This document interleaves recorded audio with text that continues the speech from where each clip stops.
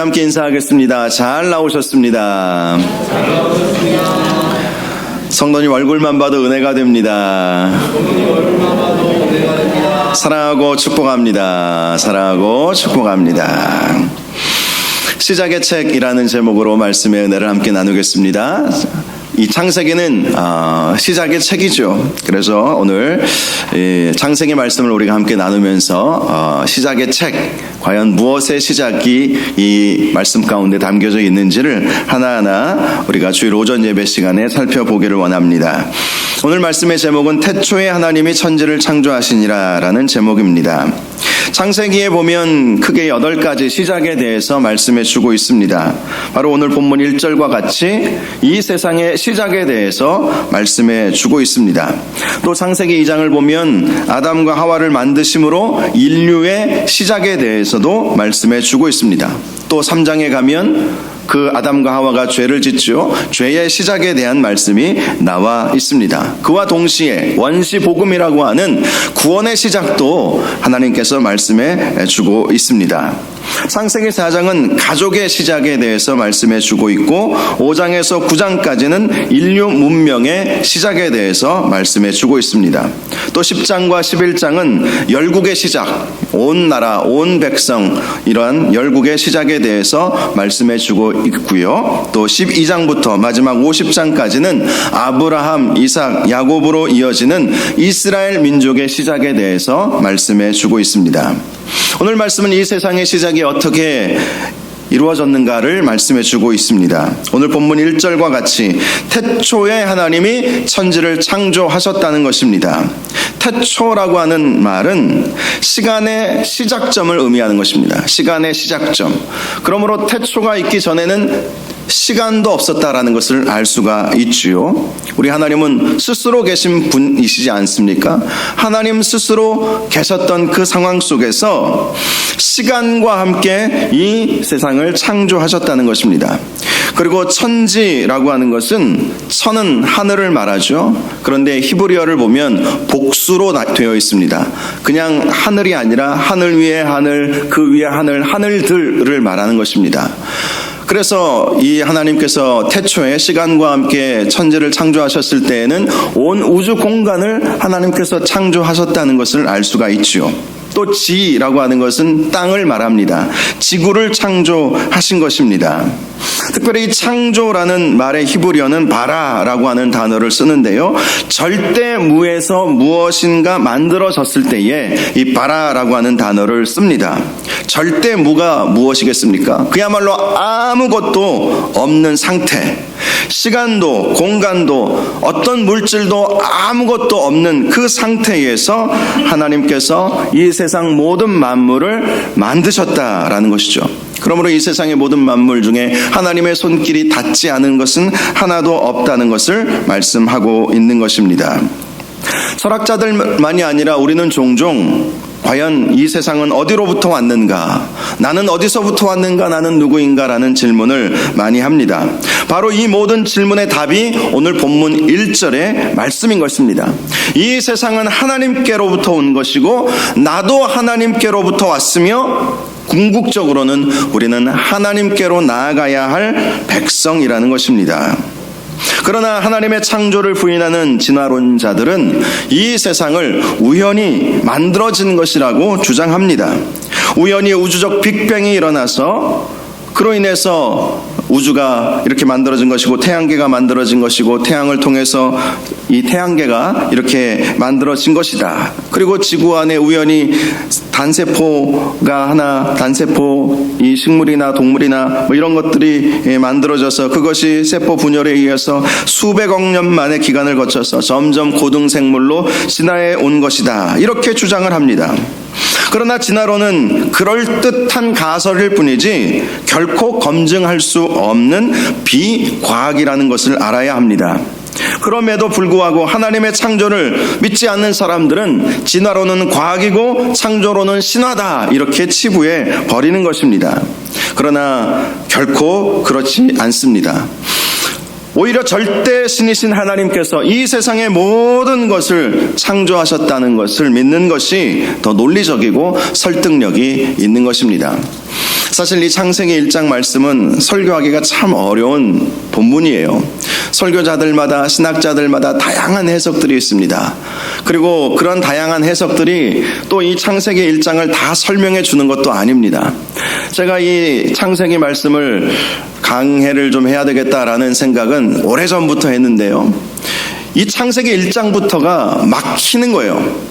야, 이 말씀을 잘못 해석하면 완전히 공격도 당할 수 있거든요. 어떤 목사님은 또 어떤 신학자는 이 부분에 대해서 이렇게 해석하셨는데 왜 목사님은 다른 이야기를 하십니까? 뭐 그렇게 얼마든지 공격도 받을 수 있고, 또 잘못하면 제가 알고 있는 짧은 지식으로 그 하나님의 그 창조를 설명한다고 하면서도 자칫 잘못하면 잘못 설명할 수도 있겠구나, 이런 생각이 사실은 들었습니다. 나름대로 공부도 하고 연구도 많이 했지만 하나님의 천지 창조, 사실 우리가 하나님이라고 하는 존재를 어떻게 알 수 있겠어요?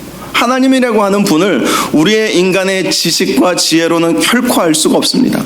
여러분, 우주를 우리가 알 수 있습니까?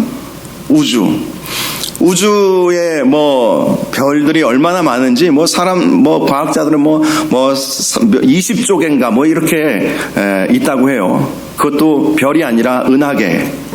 우리 태양계를 중심으로 해서 은하계가 형성이 되어 있죠. 또 우리 은하에서 가장 가까운 은하가 안드로메다 은하라고 그렇게 이야기를 하잖아요. 그런 은하가 이 세상에 20조개가 넘는데요. 그것도 정말일까? 대충 그렇게 퉁쳐서 그렇게 말하는 것 같아요. 이 광활한 우주도 우리가 하나도 이해할 수 없습니다. 그런데 그 우주보다도 크신 하나님을 이해한다는 것이 얼마나 어렵겠습니까? 그렇지 않겠어요? 여러분, 만든 사람은 만들어진 것보다 더 위대하죠. 그렇죠. 우리가 이 컵을 사람이 만들었죠. 우리가 컵보다 우리가 이것을 만들었기 때문에 위대합니다.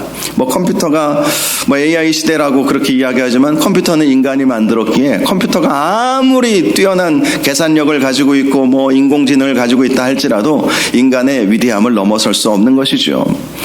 그래요. 이 세상 모든 만물은 하나님의 손길로 하나님의 말씀으로 지어졌기에 우리가 이 창세기 1장 말씀을 통해서 하나님에 대해서, 하나님의 천지 창조에 대해서 완벽하게 이해할 수 있을 것이다라고 하는 생각 자체가 착각일 수 있는 것입니다. 그러나 우리가 말씀에 나와 있는 그대로 과연 이 세상은 어떻게 창조되었는가, 이 부분을 함께 말씀을 통해서 생각해 보는 것도 의미가 있는 것이죠. 진화론이 허구라는 사실은 세 가지 증거가 그 사실을 말해주고 있습니다. 첫 번째로는요, 연속적인 중간 단계의 화석들이 존재하지 않는다는 거예요. 자, 점점 저등 생물에서 이 아메바와 같은 단세포 생물에서 세포 분열을 통해서 이렇게 점점 고등생물로 변화되었다, 진화되었다라는 것이 진화론자들의 주장 아닙니까? 그런데 자, 어떤 종에서 어떤 종으로 이렇게 바뀌게 되면 순식간에 바뀌는 것은 없어요. 순식간에, 진화론자들도 그렇게 말합니다. 순식간에 바뀌는 것이 아니라 점점 수억만 년, 수백만 년의 시간이 흘러가면서 점점 바뀐다는 거예요. 그렇다면 그 중간중간에 그 증명할 수 있는 화석들이 나와야 되지 않겠습니까? 그런데 그런 화석들을 발견할 수가 없는 것이죠. 현재 발견되는 화석들은 과거에 멸종되었거나 현존하는 것들만 발견이 되는 거예요. 과거에 그런 몇십만 년 전에, 몇백만 년 전에 화석 속에서 현존하는 것, 아니면 지금은 없는 것, 이런 것들이 발견이 되는 거예요. 중간 단계의 화석은 발견되고 있지 않습니다. 나름대로 뼈 하나 가지고 맞춰가지고 이것이 이 인간으로 진화되는 그 과정 속에 있는 것이다, 이것은 다 허무맹랑한 것입니다.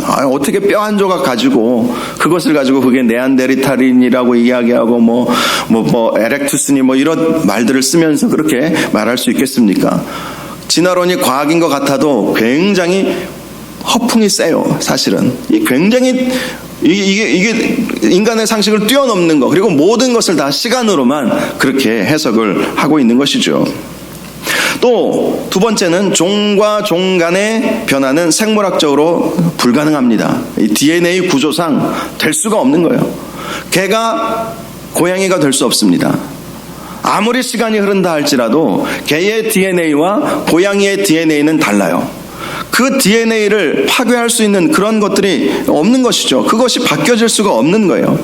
개는 개일 뿐이고 고양이는 고양이일 뿐이죠. 원숭이는 원숭이일 뿐이고 사람은 사람일 뿐인 것입니다. 별개의 종이라는 거예요. 종과 종 사이의 개체를 뛰어넘을 수 있는 방법은 DNA상 생물학적으로나 전혀 이루어질 수가 없다는 것입니다. 간혹 이렇게 말하는 사람들도 있어요. 호랑이와 사자를 인위적으로 교배시켜서 라이거나 타이거를 만들어내지 않느냐, 중간 단계이지 않느냐. 그러나 과학이 밝혀낸 사실은 라이거나 타이거 같은 이렇게 섞여서 만들어진 그런 종류는 자기와 같은 종을 만들어낼 수 없다는 것이 밝혀졌습니다. 즉 라이거와 라이거가 교배를 해서 또 다른 라이거가 나올 수 없다는 거예요. 타이거와 타이거가 교배를 해서 또 다른 중간 단계 어떤 종이 나올 수 없다는 거예요. 딱 거기까지만이라는 것입니다. 그것도 인위적으로 그렇게 인간의 과학이 그런 식으로 만들어냈지만 그것도 인위적이라는 거예요. 그러므로 종과 종 간의 변화가 전혀 일어날 수 없기에 이 진화론이 말하고 있는 이 종과 종 간의 이 오랜 시간을 거쳐서 사람이 이렇게 진화된 것이다, 모든 다른 것들도 진화된 것이다 라고 말하는 것은 절대 과학적이지가 않는 것입니다. 또 세 번째는 수천만 년 전의 화석이라고 하는 그 화석들을 보면 오늘날에 현존하는 생물이 그대로 있는 것을 볼 수가 있습니다. 예를 들어서 호박이라고 하는 보석이 있어요. 이 호박은 소나무 송진이 굳어서 단단하게 굳어진 그런 보석입니다. 그런데 그 안에 이렇게 과학자들이 연구를 해보면 그 안에 이렇게 소나무 송진이니까 과거에 이렇게 함께 묻혀 있었던 그런 벌레들, 또 기생충들 이런 것들이 있지 않겠습니까? 그런데 그것을 조사해 보니까 거기에 들어있는 벌레들과 기생충과 같은 것들이 오늘날에도 그대로 있는 것을 발견하게 되었습니다. 오늘날에도 있다는 거예요. 진화론은 시간이 흐르면서 저등생물에서 고등생물로 발전해 간다 이렇게 말하고 있지만 정말 수천만 년 전이라고 하는 그 화석 속에 오늘날 진화론자들이 말하는 고등생물이 그대로 거기에 있다는 거예요. 그러니 이게 시간이 흘러가면서 이 저등생물이 고등생물로 바뀐 것이다, 이렇게 말하는 것은 정말 억측도 그런 억측이 없는 것입니다. 그렇습니다. 하나님의 창조는 그대로 있었습니다. 진화가 결코 하나님의 창조를 대신할 수 없는 것입니다. 아무것도 없는 절대 무의 상태에서 하나님께서 시간과 공간과 모든 물질들을 만드셨다는 것입니다. 2절을 보면 하나님이 이 세상을 창조하셨을 때의 지구의 모습을 보여주고 있습니다. 땅이 혼돈하고 공허하며 흑암이 깊음 위에 있고 하나님의 영은 수면 위에 운행하시니라. 이 1절과 2절 사이에 대해서도 여러 학자들의 이야기가 있어요. 간격 이론이라고 하는 이론도 있고요. 재창조설도 주장하는 학자들이 있습니다. 즉 1장에서 하나님께서 천지를 다 완벽하게 창조하셨는데, 자 2장에 보면 땅이 혼돈하고 공허하며 흑암이 깊음 위에 있다. 이 땅이 망가졌다는 거예요. 그래서 하나님께서 다시 6일 동안 재창조하신 것이다, 재창조론을 말하는 사람들도 있습니다. 그러나 성경적이지는 않습니다. 그것도 가설일 뿐이에요. 우리가 믿어야 할 것은 말씀에 나와 있는 순서대로, 사실 하나님께서 어떻게 이 태초에 하나님께서 하셨던 일을 인간의 지식으로 어떻게 알 수 있겠어요? 그래서 나름대로 말씀을 하나하나 해석을 하다 보니까 천지를 창조하셨는데 왜 지구의 창조가 나중에 나오고 별들도 처음에 태초에 창조하셨다고 하셨는데 왜 나중에 별, 해, 달, 별들이 또 다시 창조가 될까? 이렇게 이제 생각하기 때문에 그것을 논리적으로 설명하기 위해서 여러 가지 이론들이 나오는데요. 그거 다 내려놓으시고 혹시 창세기 강해 설교나 어떤 목사님들 설교를 들으시면서 이 부분에 대해서 1절과 2절 사이에는 큰 간격이 있다. 물론 간격이 있을 수도 있어요. 그 시간 개념이 얼마인지 우리는 전혀 알 수 없습니다. 그러나 모르는 것은 모르는 상태로 믿고 가는 것이 사실 신앙 아니겠어요? 몰라요. 그래가 그 1절과 2절 사이에 얼마나 간격이 있었는지 모르죠. 하나님이 천지, 그러니까 우주 공간과 또 지구를 창조하셨다. 시간과 함께 창조하셨는데, 자, 2절에 와서 그 땅이, 지구가 공허하고 혼돈한 상태였다. 자, 이 사이에 어떤 얼마나의 시간적인 간격이 있는지 우리는 전혀 알 수는 없지만, 하나님께서 창조하셨던 그 지구가 처음에는 공허하고 혼돈한 상태였구나. 그렇게 우리가 이해를 하면 되는 것입니다. 자, 하나님의 영이 수면 위에 운행하셨다. 이 말씀을 통해서 처음에 창조되었던 지구는 물로 가득 찬 행성이었다는 사실을 알 수가 있죠. 물로 가득 찬. 하나님은 수면 위에 운행하셨기 때문이죠. 3절을 보면 첫째 날 하나님께서 하셨던 사역에 대해서 말씀합니다. 하나님이 이르시되 빛이 있으라 하시니 빛이 있었고. 자, 하나님은 아무것도 없는 공허한 지구에 먼저 빛을 비추어 주셨다는 것입니다. 이 빛은 태양빛은 아니죠. 왜냐하면 태양은 넷째 날에 하나님께서 만드셨기 때문에, 그러면 과연 이 빛은 어떤 의미를 가지고 있을까? 이것은 하나님의 영광의 빛을 말하는 것입니다. 여러분, 천국에 밤이 없다고 말씀하고 있지 않아요? 요한계시록 22장 5절을 보면 천국에 대해서 다시 밤이 없겠고 등불과 햇빛이 쓸데없으니 이는 주 하나님이 그들에게 비추심이라. 천국은 태양빛을 필요로 하지 않는 곳이에요. 태양빛을 의존하지 않는다는 것이죠. 제일 처음에 지구가 만들어졌을 때는 태양이 나중에 만들어졌기 때문에 우리가 없다고 그렇게 보아야 되지 않겠습니까?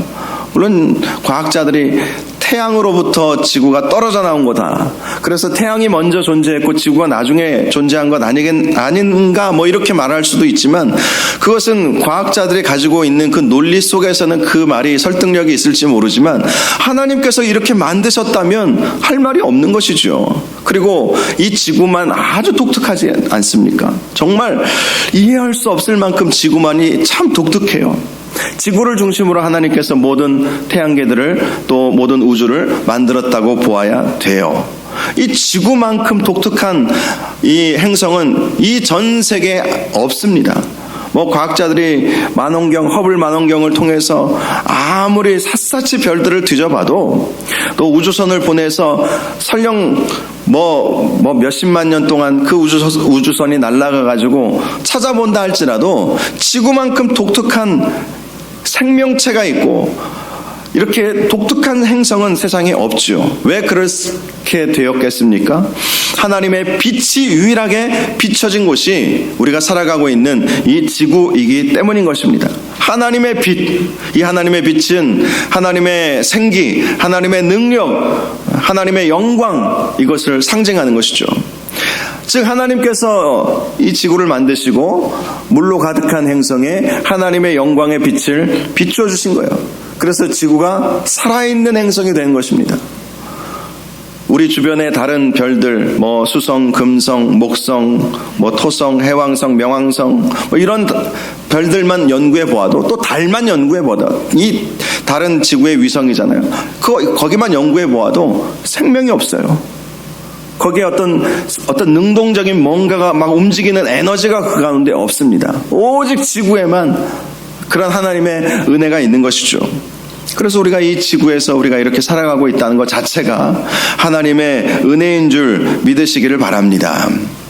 이 4절을 보면 이 빛이 하나님 보시기에 좋았더라, 이렇게 말씀을 하고 있습니다. 이 좋았더라라는 말씀은 계속해서 나오고 있는데요, 좋았더라라는 이 단어는 히브리어로 토브라고 하는 단어를 씁니다. 위대한, 놀라운, 완벽한, 아름다운이라는 뜻을 가지고 있습니다. 즉 하나님께서 하나님의 영광의 빛을 지구에게 비추신 것이 하나님 보시기에 위대하고 놀랍고 완벽했으며 아름다웠다는 것입니다. 특별히 5절 말씀을 보면 하나님께서 지구에 빛을 비추신 다음 빛과 어둠을 나누셨다라고 말씀을 합니다. 그리고 빛을 낮이라 부르시고 어둠을 밤이라고 부르셨다고 말씀하고 있습니다. 자, 이 말씀은 오늘날에도 그대로 적용할 수가 있죠. 하나님의 영광이 비추어지는 사람은 낮의 삶을 삽니다. 그러나 하나님의 영광의 빛이 비추어지지 않은 사람은 어두운 삶을 살아갈 수밖에 없는 것입니다. 6절을 보면 하나님이 이르시되 물 가운데 궁창이 있어 물과 물로 나뉘라 하시고 라고 말씀하고 있습니다. 조금 전에 말씀드렸던 것처럼 당시 지구는 물 행성이었다고 말씀을 드리지 않았습니까? 그런데 하나님은 그 물을 둘로 나누신 것입니다. 7절을 보면 하나님이 궁창을 만드사 궁창 아래의 물과 궁창 위의 물로 나누게 하시니 그대로 되니라. 자, 지구에는 물로 가득 찼는데 이 가운데 궁창을 사이에 두시고 물의 반을 이 하늘로 올리셨다는 거예요. 그러니까 지금보다 아주 진한 구름층이 처음에 태초의 지구의 모습이라고 할 수가 있습니다. 이 구름층이 있는, 이 땅 아래에도 물이 있고 위에도 물이 있는 아주 진한 그런 구름층으로 가득 채워진 지구였다는 것을 알 수가 있지요. 자, 특별히 이 말씀에서 주목해야 할 것은 태초의 지구에는 하늘에 물층이 있었다는 것입니다. 많은 양의 물을 머금고 있는 구름으로 덮여 있다는 것입니다. 이것은 지구를 보호하기 위한 하나님의 방법이시죠. 지구를 보호하기 위한. 실제로 이 우주로부터 지구로 들어오는 수많은 좋지 않은 전자기파들이 있다고 하지 않습니까? 뭐 자외선이라든지 방사선이라든지 그 오존층이 깨짐으로 인해서 지구온난화 현상이 일어나고 그것이 지구의 급격한 환경 변화를 일으키지 않습니까? 자, 이 물 위에 있는 구름층이 그것을 다 막아준 거예요. 이 물이 쏟아진 것은 노아 홍수 때로 그렇게 해석을 합니다. 그래서 노아 홍수 이전과 이후의 사람의 그 수명은 완전히 차이가 나죠. 노아 홍수 이전에는 사람들이 900살을 살았어요. 이상을 막 살았어요. 969세도 있죠. 무드셀라. 야, 지금부터 10배는 더 사는 거예요. 왜 그렇게 그 당시에 사람들의 수명이 길었을까? 그것은 하늘로부터 우주로부터 내려오는 수많은 해로운 그런 전자기파들을 하나님께서 보호하여 주셨기 때문에 그랬다라고 그렇게 보고 있습니다. 그런데 노아의 홍수 이후로 인간이 심판을 받고 그래서 수명이 점점 줄어서 수명이 120년, 이 초창기에만 해도 100년 이상들은 다 살았지만 그 전보다는 훨씬 수명이 줄어들었던 것이죠. 그 이유가 바로 여기에 있는 것입니다. 9절을 보면 셋째 날에 하나님은 지구에 가득 채워졌던 물을 한 곳으로 모이게 하시고 묻이 드러나게 하셨습니다. 땅이 드러나게 하신 것이죠. 자, 이 묻을 하나님은 땅이라고 칭하시고 모여있는 물을 바다라고 칭하셨습니다.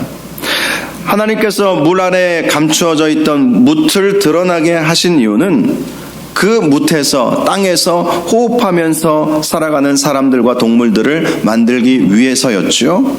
그리고 땅 아래 물을 또한 그대로 놔두신 이유는 각종 물고기들이 바다에서 살아갈 수 있도록 그렇게 하신 하나님의 방법이었던 것입니다. 자, 그리고 11절과 12절을 보면 셋째 날에 하나님이 하신 일이 또 있으신데 땅은 풀과 씨 맺는 채소와 각기 종류대로 씨 가진 열매 맺는 나무를 내라 라는 것이었습니다. 즉 하나님은 셋째 날에 각종 식물들을 만드셨던 것입니다. 땅에다가 그렇게 만드셨던 것입니다. 또 4절을 보면 이제 넷째 날에 대해서 말씀해 주고 있습니다. 하늘의 궁창에 광명체들이 있어 낮과 밤을 나누게 하시고 그것들로 징조와 계절과 날과 해를 이루게 하셨다라고 말씀하고 있습니다. 광명체는 하늘에 있는 별들을 말하는 것이죠. 15절을 보면 하나님은 그 광명체들이 땅을 비추게 하셨습니다. 또 16절을 보면 두 큰 광명체를 만들었는데 큰 광명체인 해는 낮을 주관하게 하셨고 작은 광명체인 달은 밤을 주관하게 하셨습니다. 그리고 또 다른 별들도 계속해서 하나님은 만드셨던 것이죠.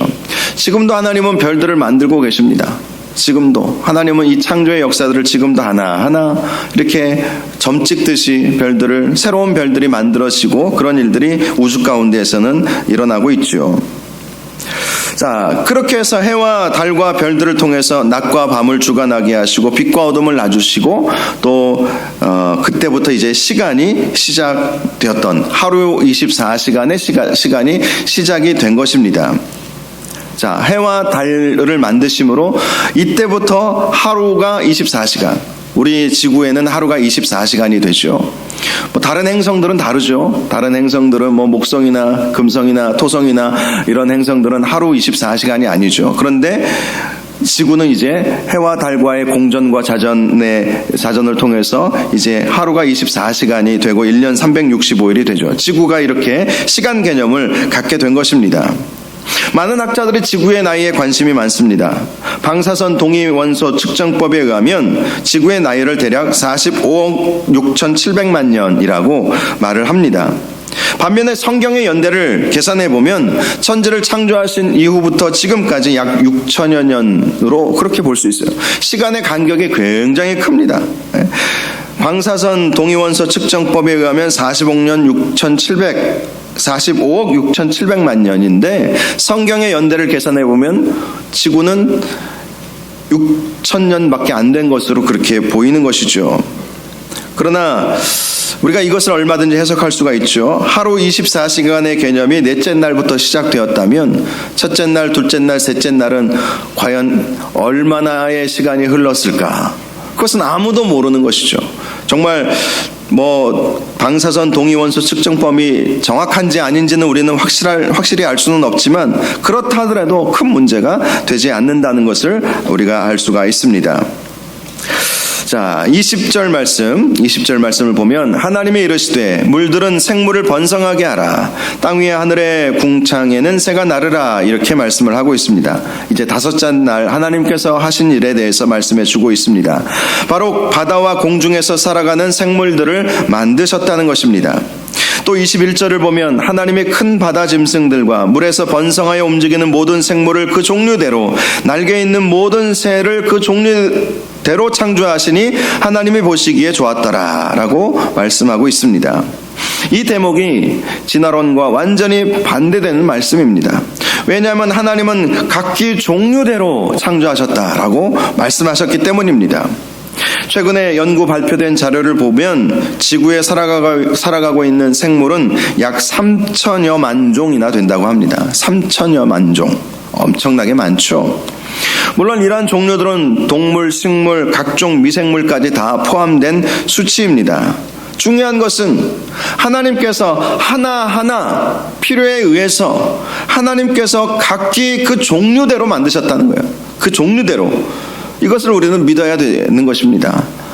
어떤 종이 진화의 과정을 거쳐서 만들어진 것이 아니라 아예 처음부터 하나님께서는 그렇게 만드셨던 거예요. 그리고 22절을 보면 하나님은 그들에게 복주시며 이르시되 생육하고 번성하여 여러 바닷물에 충만하라. 새들도 땅에 번성하라 라고 말씀을 하셨습니다. 하나님께서 물고기와 새들에게 복을 주셨는데 생육하고 번성하여 땅에 충만하라는 그러한 복을 주셨던 것입니다. 이 세상의 모든 생물들이 하나님의 복을 받았다라는 것은 우리 인간들에게 그러한 생물들을 귀하게 여기고 잘 보존해야 할 책임이 있음을 말씀해 주는 것이기도 합니다. 조금 전에 말씀드렸듯이 전 세계에 현존하고 있는 3천만 종의 생물들 중에 해마다 15만 종이나 멸종이 되고 있다고 해요. 인간의 무분별한 타락으로 인해서, 무분별한 개발로 인해서 그러한 사라지는 종들이 많아지고 있다고 합니다. 한 시간마다 17종의 생명체가 지구에서 사라지고 있는 것이죠. 하나님께서 각기 종류대로 다 만드셨는데 하나하나 사라지고 있는 거예요. 그 책임은 우리에게 있는 것이죠. 하나님은 우리에게 생육하고 번성하여 땅을 충만하고 땅을 정복하라, 땅을 다스리라. 이 다스리라는 것은 파괴하라는 의미가 아닌데 잘 보존하라는 의미인데 잘 보존하지 못하는 타락한 인간의 모습을 이 세상이 보여주고 있는 것입니다. 오늘은 태초부터 이 넷째 날까지의 창조에 대한 말씀을 살펴보았습니다. 다음 주에는 이제 동물과 인간 창조, 여섯 번째 날에 있었던 동물과 인간 창조에 대한 말씀을 나누어 보려고 합니다. 자, 그런데 이런 질문을 우리가 해볼 수가 있습니다. 잘 아시겠지만 창세기는 모세 5경 중에 하나죠. 창세기는 누가 썼습니까? 모세가 썼어요. 물론 성령님께서 감동 주셔서 썼지만 모세가 쓴 거예요. 언제 썼습니까? 이스라엘 백성을 데리고 애굽에서 나와서 지금 그 출애굽한 이후에 가나안 땅으로 가는 그 광야에서 이 말씀을 쓴 거예요. 아마도 시내산에 올라가서 십계명의 말씀을 받아 내려왔을 때 그때 놀라운 하나님의 계시들을 그가 알게 되었을 것입니다. 요한계시록을 썼던 요한은 미래에 있을 일에 대해서 계시의 음성을 듣고 쓴 것이죠. 당시 모세는 정말 까마득한 태초에 있었던 일에 대한 계시의 말씀을 듣고 창세기 말씀을 썼을 것입니다. 당시 모세가 이 말씀을 쓰면서 또 이 말씀을 이스라엘 백성들에게 알려주면서 어떤 마음을 가졌을까요? 또 하나님께서는 왜 모세에게 이렇게 과거에 있었던 일, 특별히 천지를 창조하신 하나님에 대해서 왜 하나님께서 특별히 이렇게 모세를 통해서 알려주셨을까? 이런 질문을 우리가 해볼 수가 있죠.